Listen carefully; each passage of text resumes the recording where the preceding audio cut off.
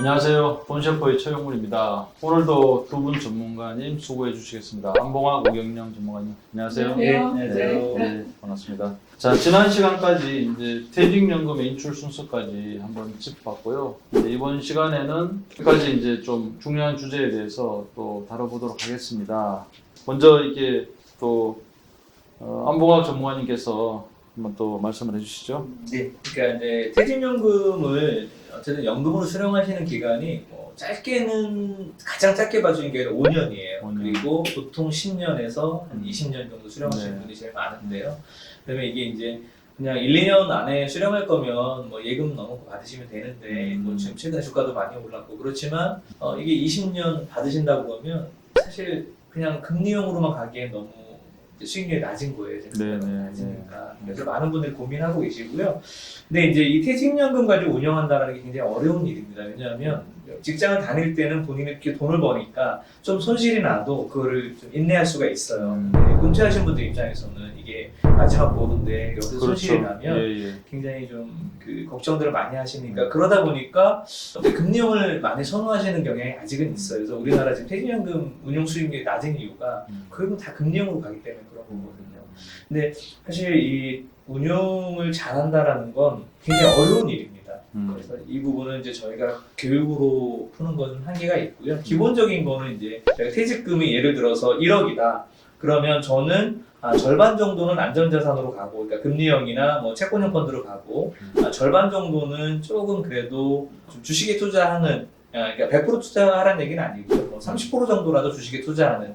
그러면 이제 우리 채권훈납형 펀드가 보통 퇴직자분들이 가장 좀 많이 가입하는 상품 중에 하나입니다. 그러니까 보통 채권훈납형 펀드는 30% 정도는 주식에 투자하고 70% 채권에 투자하는 유형의 펀드거든요. 그럼 30%의 주식을 어떤 주식을 담을 거냐? 우리나라 배당주를 담으면 배당주의 채권훈납형 펀드가 되는 거고요. 미국에 투자하는데 30%의 주식은 본인이 선택할 수 있거든요. 네. 그렇게 해서 최근에 우리나라에도 연금자산에 TDF라고 타겟 데이트 펀드 모든 금융기관에 전부 다 가입을 할 수가 있어요. 본인의 은퇴 연도만 알려주면 펀드 매니저가 그분 나이에 맞춰서 주식과 채권 비중을 조절해 줍니다.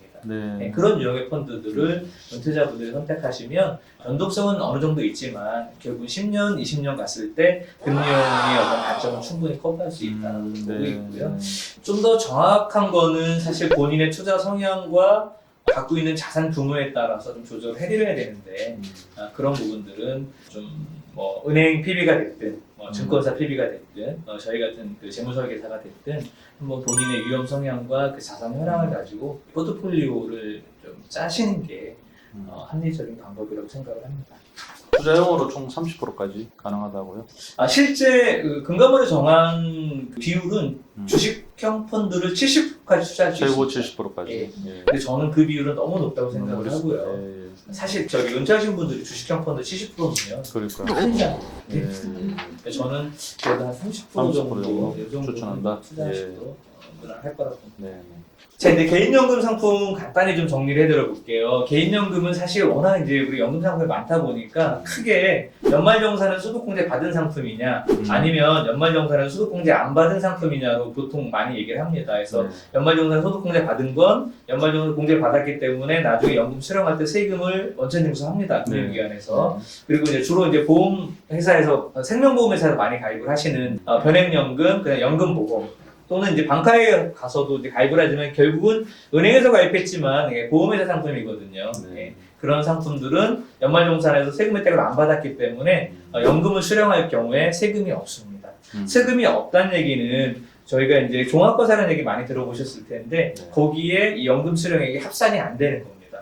굉장히 세금적인 측면에서는 뭐 굉장히 좋습니다. 노후에 왜냐하면 이미 연금을 납입을 하는 동안에 세금 혜택을 안 받았기 때문에 그 혜택을 노후에 다 수령하시게 되는 거죠. 그러니까 연금을 그대로 수령하시는 거죠. 세금 없이. 그리고 이제 이거를 마찬가지로 금리형으로 운영하는 게 연금보험이고요. 투자상품으로 운영하는 게 펀드나 ETF로 운영하는 상품이 이제 변액연금. 이렇게 보시면 될 것 같습니다. 또 일시금 수령 시에는 또 기타 소득세 16.5% 떼잖아요. 그거는 연말정산 받은 상품에 대해서만 그렇고요. 세액공제 받은 연말정산 안 받은 상품은 뭐 일시불로 수령해도 세금은 없습니다. 아니 지난번에 이제 제가 문의 전화 하나 받은 게 요즘 이제 집 살려면 은행 대출이 잘 안 되니까 막 네. 있는 자산 다 끌어당겨서 집 사는데 보태는데 소득공제 받았던 연금도 해지한 거야. 근데 그런 분들 있어요. 16.5% 네. 이게 네. 예를 들어 한 1억 받아야 되는데 네, 크죠. 1650이 공제되고 나머지를 주니까 깜짝 놀랐다는 거예요. 네. 근데 그걸 당일날 취소하지 않으면 원복이 안 되거든요. 또 당일 기준이죠. 이게. 예, 취소는 당일만 할 수 있어요. 근데 꼭 나서 며칠 있다가 물어보시는 분들이 있으세요. 방법이 없습니다. 네. 네, 방법이 없고요. 되돌릴 수가 없습니다. 그래서 이거는 연말정산에서 이미 공제를 받았는데 그걸 한 번에 다 토해내셔야 돼요. 예, 예.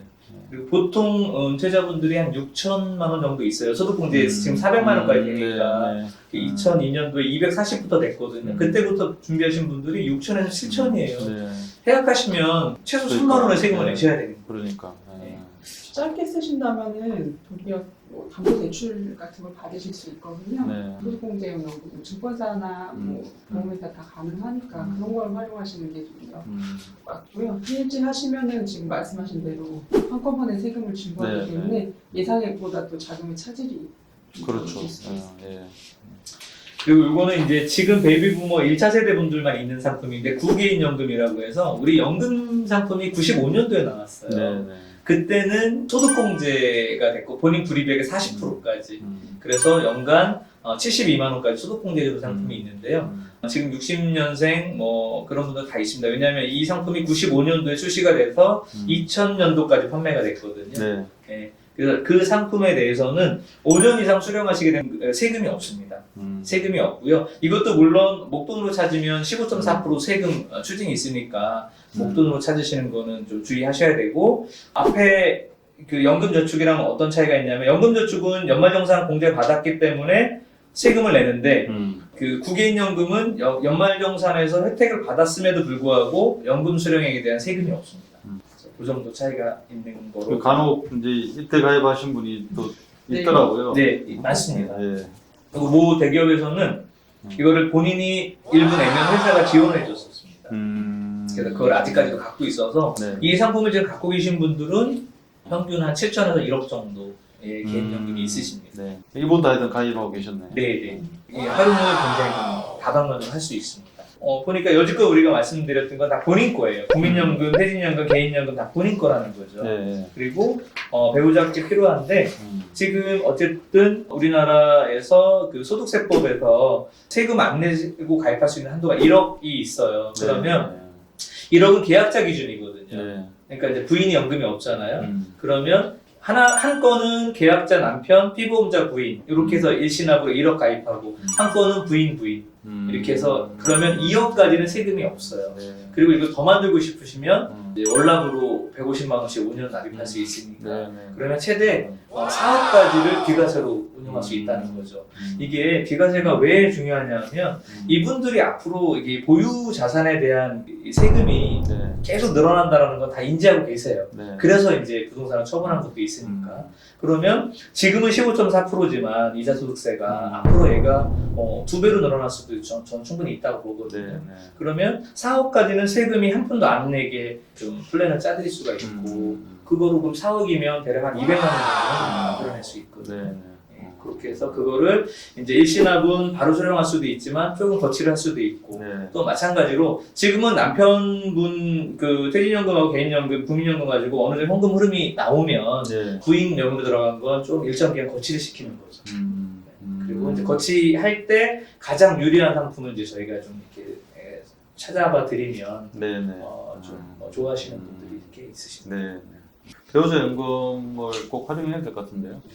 왜냐하면 평균 수명이 여자분이 훨씬 긴데 연금은 대부분 남편들 위주로만 돼 있는 거예요. 그리고 남편이 돌아가시면 배우자한테 얼마나 남냐면 국민연금의 60% 그거 외에는 배우자 연금이 없어요. 그러면 100만 원 가지고 생활이 되겠냐는 거죠. 네, 배우자분이. 그러니까 안 되니까 그걸 좀 미리 준비를 하시는 게 필요하다고 봅니다. 퇴직연금은? 퇴직연금은 이제 잔액이 남았으면 배우자분한테 승계가 되는데 보통 20년 정도 수령하면 대부분 소진되잖아요. 예. 없잖아요. 아니 받다가 이제 사망을 하시게 되면 그거는 배우자가 다 승계해서 연금으로 온전하게 받으셔도 다 되고 받는 거죠. 목돈으로 받으셔도 되고 깎여 받는 건 없고 네. 남아 있는 건 다 본인 자금이니까. 예. 네. 개인연금도 마찬가지고 개인연금도 종신형 연금 빼놓고는 그대로 승계 가능합니다. 네. 여기까지 우리 또 두 전문가님 또 수고해 주셨습니다. 다음 회에 뵙겠습니다. 감사합니다. 아,